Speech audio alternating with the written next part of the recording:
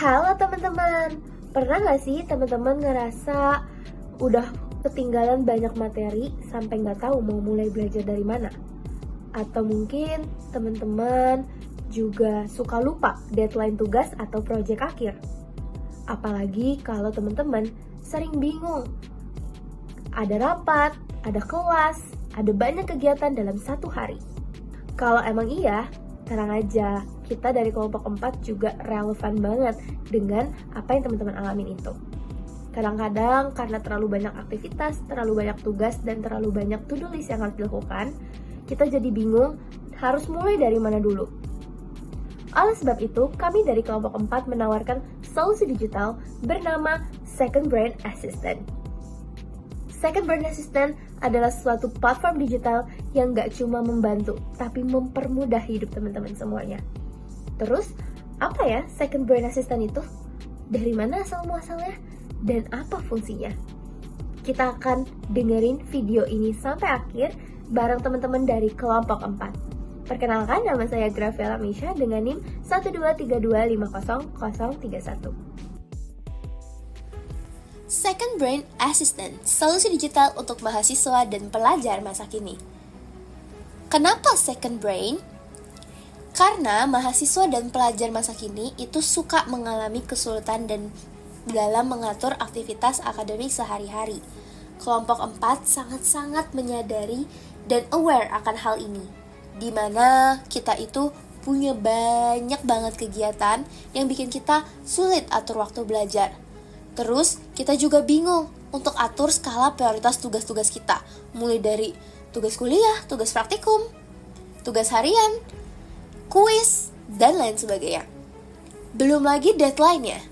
Aduh, jujur, pusing dan bingung harus mulai dari mana. Kita juga suka keteteran untuk atur jadwal belajar yang teratur. Akhirnya, seringnya kita itu sistem kebut semalam kalau mau belajar. Padahal ya nggak akan pernah optimal sistem kebut semalam tuh. Atau kita juga sulit mengetahui materi yang sudah dipahami dan yang perlu dipelajari kembali. Karena kita nggak punya tracker yang bisa mengetahui kapan kita perlu ulang suatu materi kuliah atau kapan kita sudah cukup paham dan bisa lanjut ke materi berikutnya.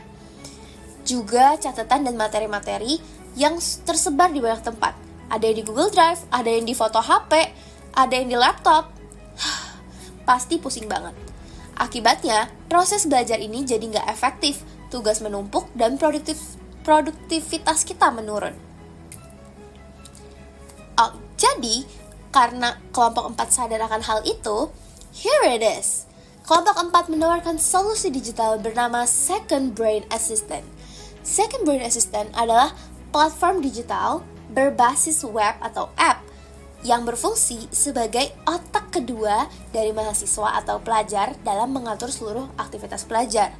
Untuk saat ini, Second Brain Assistant kami fokuskan dengan target user mahasiswa karena kami juga seorang mahasiswa.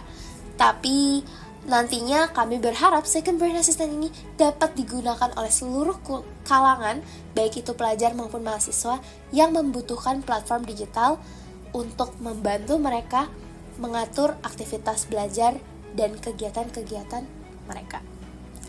Platform ini membantu usernya atau pengguna untuk mengatur jadwal belajar, mengelola deadline tugas, membuat to-do list, menyimpan catatan, mengatur prioritas tugas, memonitor progres belajar. Jadi dalam satu platform, kita bisa melakukan semua hal dengan mudah dan menyenangkan. Sesuai slogannya, with Second Brain Assistant, plan easier, learn better for big future. Langsung aja kita lanjut ke penjelasan mengenai IPOF-nya.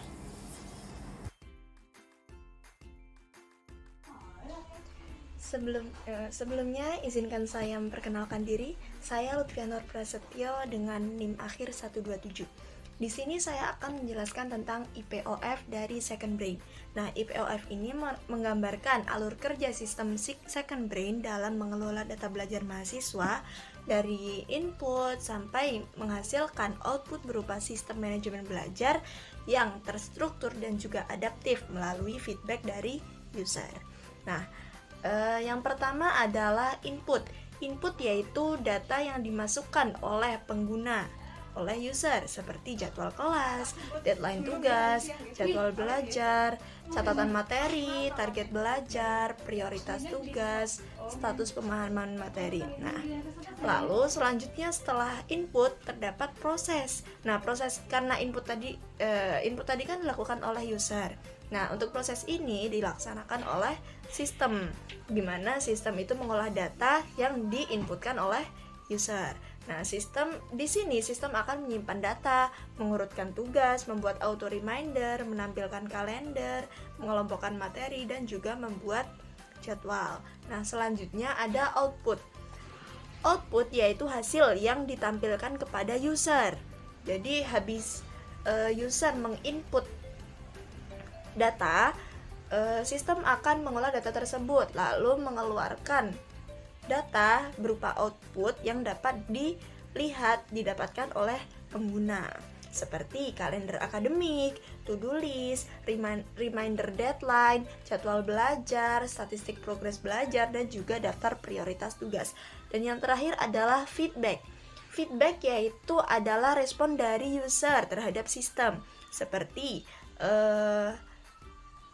menandai tugas selesai, mengubah jadwal, memberi rating produktivitas, serta memperbarui status pemahaman materi. Nah, jadi input tadi dilakukan oleh user, proses dan output dilakukan oleh sistem, dan feedback dilakukan kembali oleh user. Nah, selanjutnya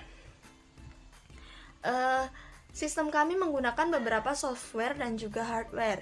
Di antaranya ada Visual Studio Code atau biasa kita sebut dengan VS Code. Nah, VS Code ini digunakan untuk mengembangkan kode, untuk membuat kode dari sistem Second Brain. Nah, lalu selanjutnya ada Figma. Figma digunakan untuk mendesain tampilan aplikasi UI UX-nya. Lalu MySQL digunakan untuk menyimpan database.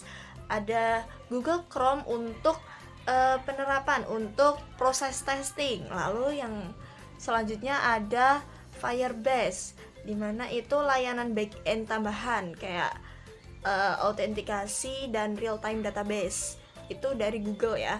Lalu selanjutnya ada Node.js sebagai backend dari server. Nah, lalu selanjutnya ada hardware. Nah, hardware yang kita perlukan itu ada laptop atau PC. Laptop atau PC untuk pengembangan. Jadi kan kita ngoding, kita bikin desain, menyimpan database itu menggunakan laptop atau PC. Lalu selanjutnya untuk smartphone, untuk menguji aplikasi mobile, web mobilenya, webnya. Habis itu selanjutnya ada server atau cloud sebagai tempat penyimpanan dari sistem. Lalu yang terakhir ada internet atau wifi sebagai penghubung dari seluruh sistem. Kan tentang konsep data to knowledge-nya.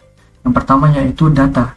Jadi pada tahap ini aplikasi itu menerima segala inputan dari pengguna seperti jadwal kelas, deadline tugas, checklist kegiatan, materi pembelajaran, dan aktivitas akademik lainnya. Dan datanya masih berupa catatan biasa yang belum memiliki makna khusus yang kemudian nantinya akan diolah pada tahap informasi. Data yang dikumpulkan akan diproses oleh sistem sehingga menjadi informasi yang lebih terstruktur dan mudah dipahami. Contohnya, aplikasi dapat menampilkan tugas yang deadline-nya dekat, jadwal kelas untuk besok, atau daftar tugas yang belum selesai. Dengan begitu, pengguna tidak perlu lagi mengecek semuanya secara manual. Yang terakhir yaitu pada tahap knowledge. Berdasarkan informasi yang telah didapatkan dari informasi tadi yang telah diolah, aplikasi dapat membantu pengguna mengambil keputusan dan menentukan prioritasnya.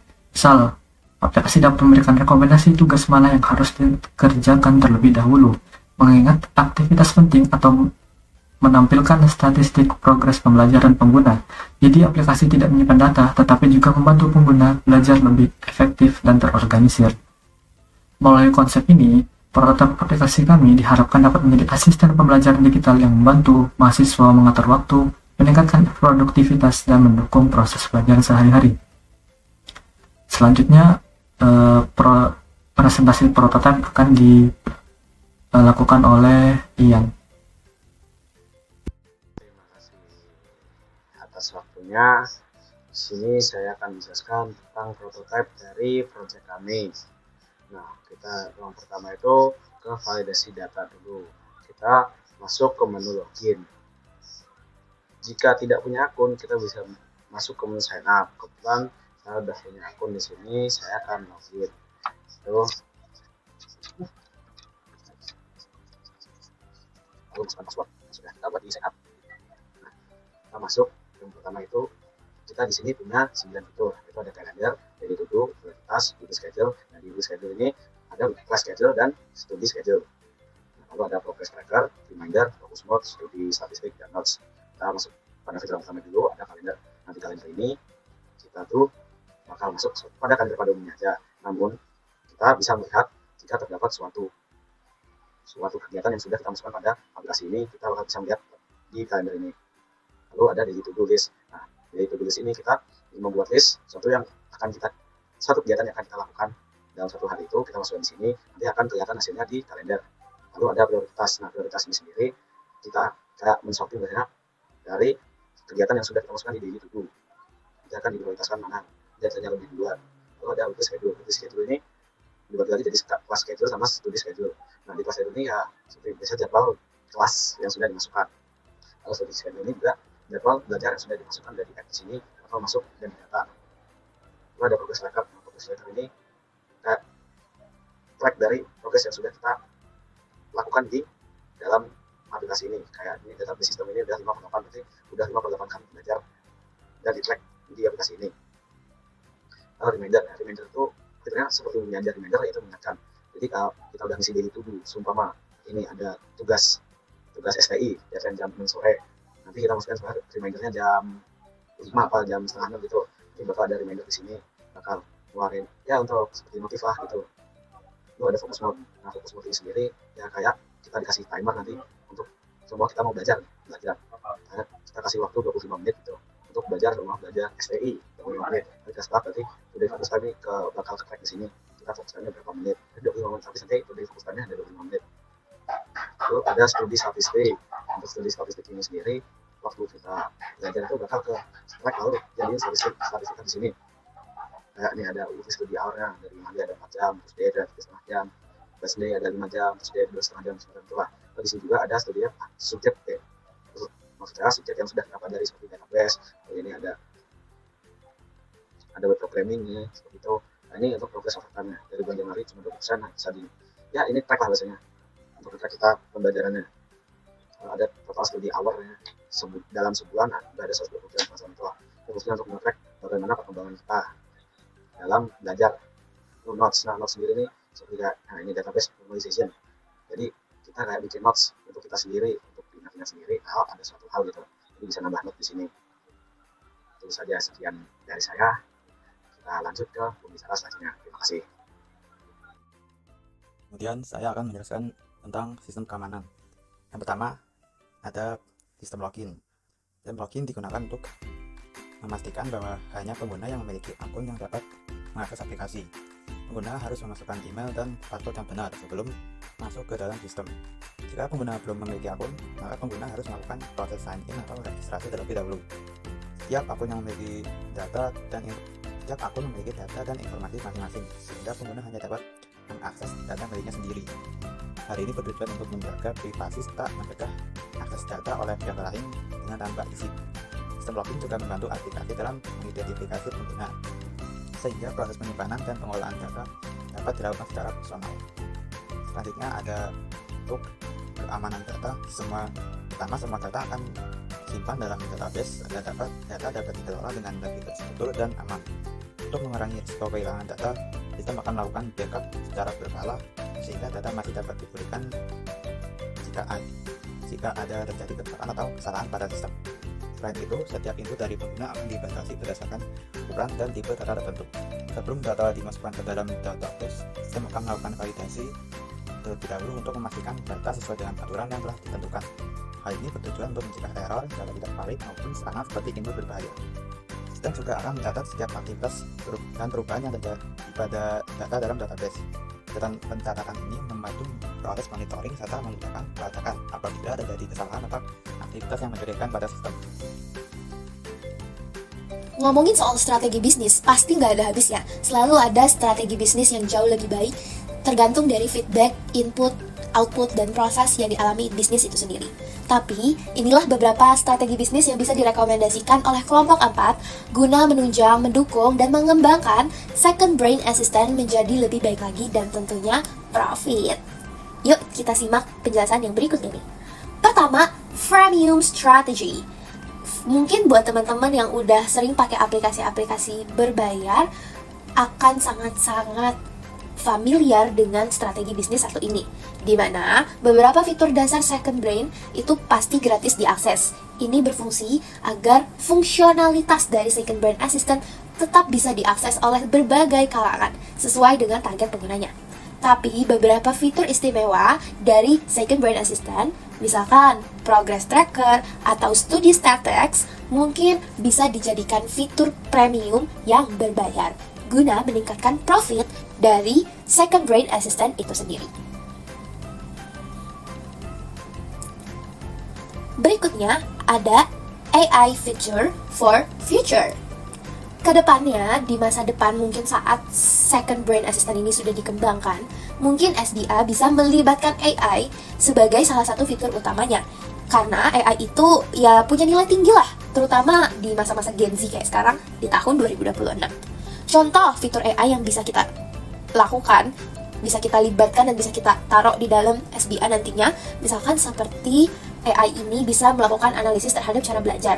Nanti dia bisa rekomendasi gaya belajar apa sih yang paling cocok dan optimal nilainya untuk kita.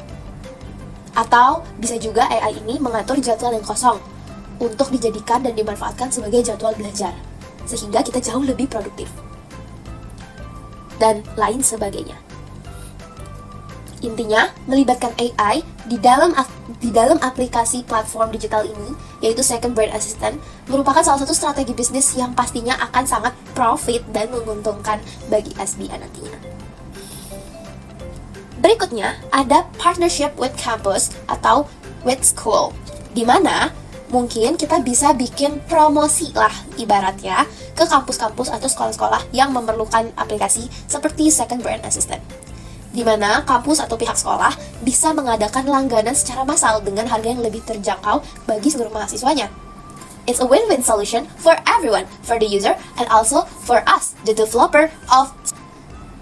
And the last one, ini sebenarnya agak unik dan kami mendapat idenya dari satu aplikasi yang sangat disukai oleh Gen Z bernama TikTok gitu, di mana nantinya user harus login setiap hari, harus ada progres belajar untuk bisa mendapat streak harian, API harian. Dan API harian ini nantinya menjadi bentuk achievement sudah berapa lama user produktif bersama Second Brain Assistant. Streak for user ini lebih ke arah untuk memastikan agar pengguna lama terus-menerus setia bersama Second Brain Assistant. Terus login, terus menggunakan, dan tidak bosan-bosan untuk terus menggunakan. Dengan adanya streak, user-user terutama mahasiswa-mahasiswa muda kalangan Gen Z nih seperti kita akan jauh lebih termotivasi buat buka aplikasi tiap hari karena kita mau ngumpulin streak yang banyak. Nantinya kalau streak ini udah banyak, mungkin kita bisa dapat achievement kayak gratis 1 hari fitur premium dan lain sebagainya. Seperti itu.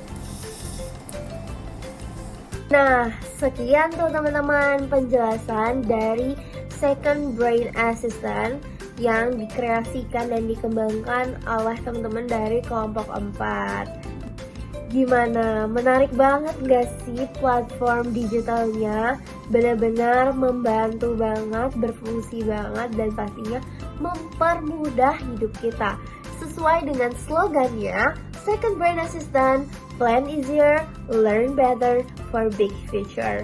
Kami berharap solusi digital ini bisa menjadi jawaban bagi teman-teman yang punya kendala dalam plan untuk jadwal belajar atau mungkin skala prioritas dan lain sebagainya, sehingga teman-teman bisa jauh lebih terorganisir dan terstruktur dengan mudah dan ringkas.